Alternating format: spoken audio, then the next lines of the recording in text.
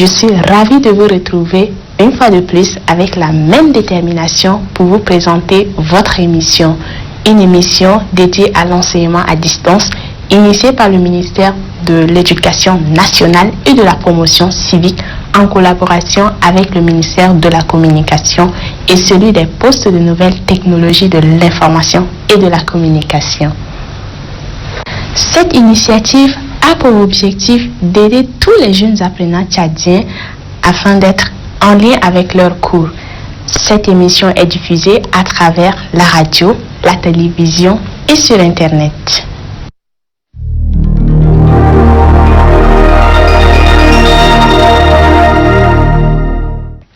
Bonjour chers élèves, je suis Adamou Lambrou, professeur de français en classe 3e. Aujourd'hui, notre leçon porte sur la grammaire. Le titre, c'est la parole rapportée. La parole rapportée, ça c'est le thème. À l'issue de cette leçon, vous devez être capable d'identifier, n'est-ce pas, les différents discours, c'est-à-dire le discours direct, le discours indirect et le discours indirect libre. Dans une situation de communication, vous devez aussi employer le discours direct, le discours indirect et le discours indirect libre sans difficulté. Je vous remercie. Comme nous l'avions annoncé, nous avons le cours qui porte sur la parole rapportée. C'est quoi la parole rapportée? Nous avons trois manières de rapporter la parole. Ce qui nous établit le plan suivant. Nous avons le discours direct, le discours indirect et le discours indirect libre. Nous avons un texte qui est le suivant. Mahamat dit, deux points, vous ouvrez les guillemets, je me sens fatigué. Mahamat dit, deux points, vous ouvrez les guillemets, je me sens fatigué. Vous fermez les guillemets. Nous vous demandons les consignes suivantes. Soulignez les paroles rapportées, bien les paroles prononcées par Mahamat. Soulignez les paroles prononcées par Mahamat. 2. Par quel moyen les paroles prononcées sont-elles encadrées? Par quel moyen les paroles prononcées sont-elles encadrées? Vous y êtes? On avance. Deuxième phrase. Lisez la phrase suivante. Mahamat dit qu'il s'est senti fatigué. Mahamat dit qu'il s'est senti fatigué. Ça, c'est la deuxième phrase. Mahamat dit qu'il s'est senti fatigué. Maintenant, on vous pose la question suivante. Quelle différence avez-vous avec la phrase A, qui était la première phrase, Mahamat dit, je suis fatigué, et dans la manière de rapporter les paroles de Mahamat? Vous voyez, nous devons retenir ceci. Dans la première parole, la première phrase, la parole de Mahamat est rapportée par les éléments suivants. On a deux points. On a les guillemets qui encadrent la parole « je me sens fatigué ». Je me sens fatigué. À ce niveau, par les moyens, n'est-ce pas, de ponctuation, les deux points, puis les deux guillemets qui s'ouvrent et qui se ferment, nous avons ce que nous appelons ici les paroles rapportées par Mahamat. Alors que la deuxième, qui dit, Mahamat dit qu'il s'est senti fatigué. Mahamat dit qu'il s'est senti fatigué. Maintenant, nous avons ici la présence, n'est-ce pas, des conjonctions, les subordinations que. Ici, la phrase est à la forme, n'est-ce pas, du discours indirect. Discours indirect, donc nous avons la présence, n'est-ce pas, de que, conjonction des subordinations. Et qu'il y a un changement de temps. Il dit, je me sens fatigué, qu'il s'est senti fatigué. Vous voyez, la différence est là. Il s'est senti fatigué. Ici, le verbe est conjugué à un temps passé, alors que je me sens fatigué est au présent. En définition, ce que nous retenons, c'est quoi? La parole rapportée est une situation de communication qui reprend les discours prononcés par une autre personne.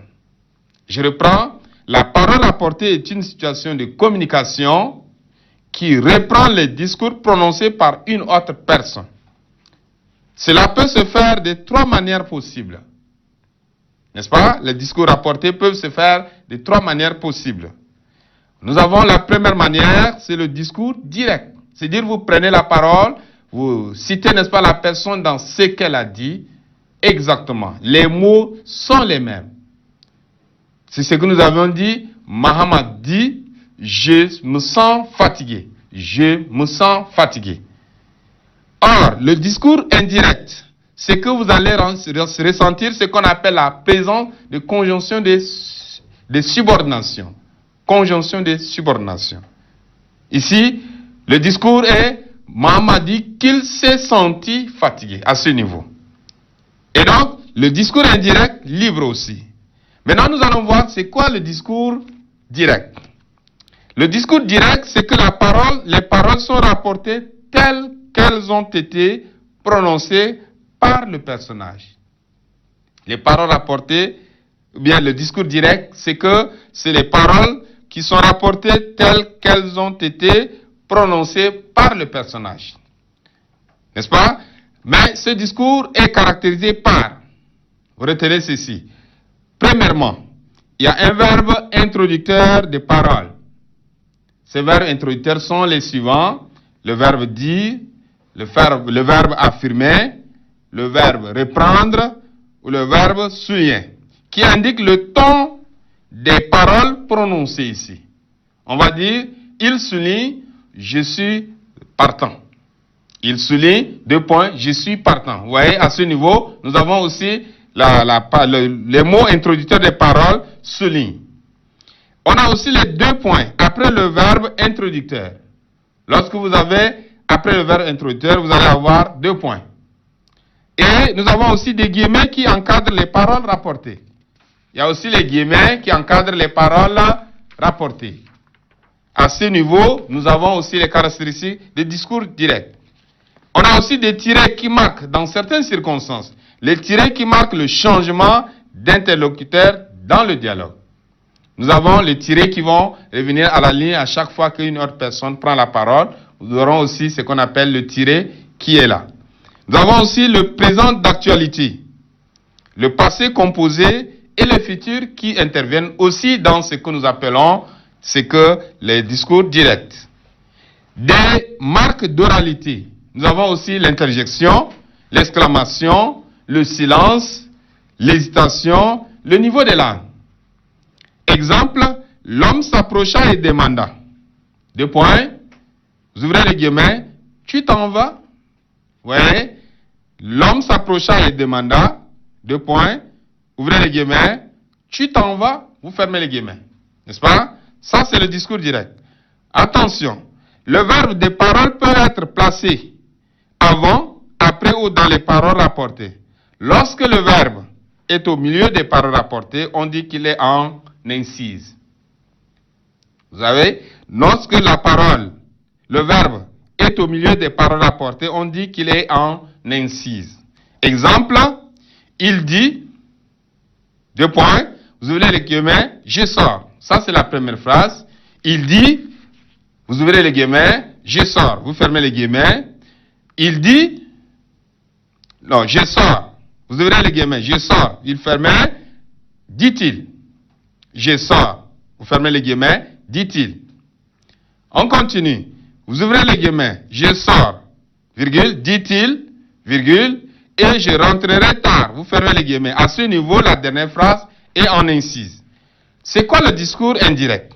Comme le discours direct, il dépend également d'un verbe introducteur.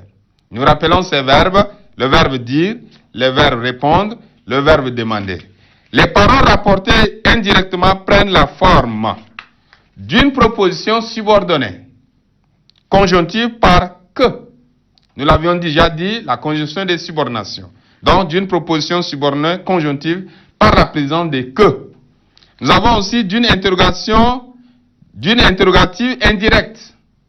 Il y a l'interrogative indirecte aussi qui se sent dans ce qu'on appelle le discours indirect. Nous avons aussi d'un infinitif. Donc, du discours direct au discours indirect, les paroles rapportées subissent des modifications suivantes. Retenez ceci. Il y a le changement de pronom. Il y a le changement de pronom personnel. Le je devient il ou elle. le tu devient il ou elle, le nous devient il au pluriel, elle au pluriel, le ton devient son, ça, etc. Nous avons aussi le changement de temps des verbes lorsque les verbes introducteurs ou au passé. Exemple, le présent devient l'imparfait. Dans du discours direct au discours indirect. Le présent devient l'imparfait. Le futur devient le conditionnel présent. C'est ce que nous venons de voir. Le conditionnel présent. Le passé composé devient le plus que parfait. Nous avons aussi le changement des repères spatiaux et des temps.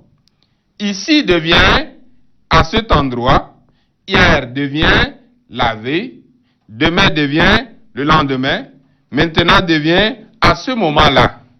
Exemple, il lui demanda, viens-tu demain? Il lui demanda s'il venait le lendemain. Vous voyez, ça c'est le changement. Il dit, elle est venue ici hier. Maintenant, la transformation donne, il dit qu'elle était venue là-bas la veille. Vous voyez, ici est devenu là-bas, hier est devenu la veille. Le discours indirect libre, il consiste simplement de supprimer les principaux introducteurs. Il dit que, tout en conservant les personnes, les temps, les modes, les adverbes de temps et des lieux du discours indirect. Ici, l'imparfait est le temps le plus souvent employé dans le discours indirect libre. On y trouve aussi le plus souvent l'imparfait, n'est-ce pas, le plus que parfait et le conditionnel, au sens d'un futur de passé. Il y a aussi ce qu'on appelle le futur du passé. Exemple, il arriva et dit. Il arriva et dit, deux points, vous ouvrez les guillemets, je suis reçu. Ça, c'est le discours direct. Il arriva et dit qu'il était reçu. Il arriva et dit qu'il était reçu. Ici, c'est le discours indirect. Il arriva, il était reçu. Ça, c'est le discours indirect libre. Nous continuons avec notre exemple. Il a affirmé, un jour, je serai un animateur de télé. Il a affirmé, un jour, je serai un animateur de télé. Il a affirmé qu'un jour, il serait un animateur de télé. Discours indirect. Il a affirmé, un jour, il serait animateur de télé. Discours indirect libre. Donc, chers camarades, chers élèves, nous avons notre leçon qui porte sur la parole apportée. Nous avons vu les trois discours, le discours direct, le discours indirect et le discours indirect libre avec leurs caractéristiques. Je vous remercie et à la prochaine fois. Merci.